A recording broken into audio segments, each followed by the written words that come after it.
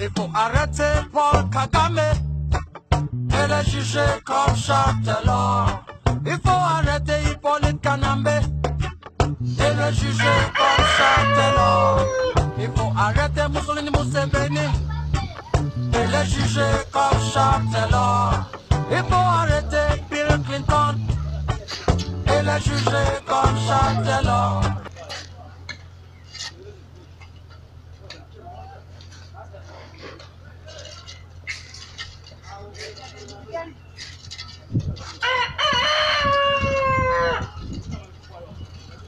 Les inondations constatées très souvent dans la capitale sont les conséquences de constructions anarchiques. Des maisons construites ça et là sont faites sans respect des normes. C'est le cas de ce supermarché à Bandalungwa. Son parking qui prend tout cet espace a englouti complètement le caniveau qui longe l'avenue Kassavubu. Le béton posé sur le caniveau empêche l'écoulement sans faute des eaux. Quand il pleut, tout Bakayaou est inondé. Voilà qui justifie la descente du bourgmestre de la municipalité de Bandalungwa sur le lieu. Il est venu démolir le béton posé sur le caniveau pour permettre l'écoulement facile de ces eaux. Bailonga Ibene est lui-même entré dans la danse. Toute son équipe et lui démolissent l'extension du parking de ce supermarché. L'opération Kinbopeto ne doit pas rencontrer des résistances. Tout sera aplani. Ils avaient construit sur le caniveau sans autorisation. Et la semaine dernière, on leur a averti que nous devons curer puisque l'eau ne coule plus. Et ils se sont entêtés. Je devais descendre sur le terrain pour casser moi-même et que l'eau puisse couler. Vous avez vu maintenant que l'eau a coulé. Nous avons cassé les caniveaux. On va faire comme ça par tous les gens qui ont bouché. Nous allons détruire et favoriser l'écoulement d'eau. Il n'y a plus d'impunité dans ces pays. Donc personne ne peut au-dessus de la loi.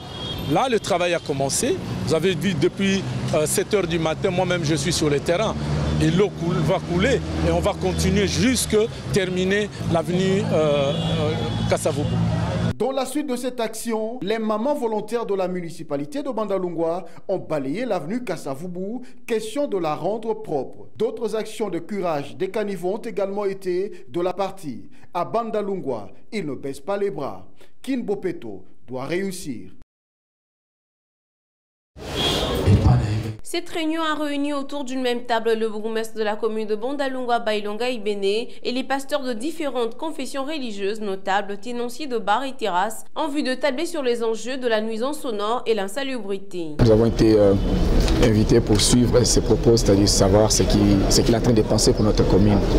Et vraiment, on est impressionné de voir ce que cet homme est en train d'envisager pour l'aménagement de notre commune, surtout son développement. Il nous a parlé de trois grands projets.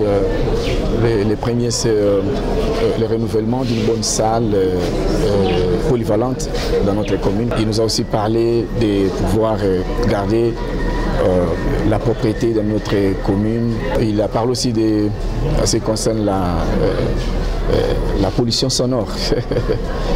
Et je sais que là, nous sommes aussi concernés. Nous devons prendre toutes les mesures possibles pour pouvoir, si je peux dire, amortir un peu. Parce que nous sommes dans ce domaine de la musique, parfois la prédication.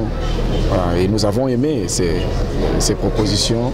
Il faut signaler qu'au cours de cette réunion, plusieurs autres points ont été examinés, notamment la construction d'un marché moderne, la construction d'un centre culturel au jardin Motonamoto, histoire d'encadrer les jeunes et les occuper intellectuellement. L'architecte a présenté la maquette de cet ouvrage. Le programme Kinbopeto poursuit son bonhomme de chemin et le bourgmestre de la commune de Bandalungwa n'y ménage aucun effort pour le rendre effectif dans sa municipalité. La Monique n'est pas pour la paix au Congo. Cette organisation des Nations Unies a pour mission de balkaniser le Congo et se partager nos richesses. La Monique doit quitter le Congo. Ça fait 14 ans qu'ils sont là. Et les génocides dans le compte continue. La presse occidentale ferme sa grande gueule.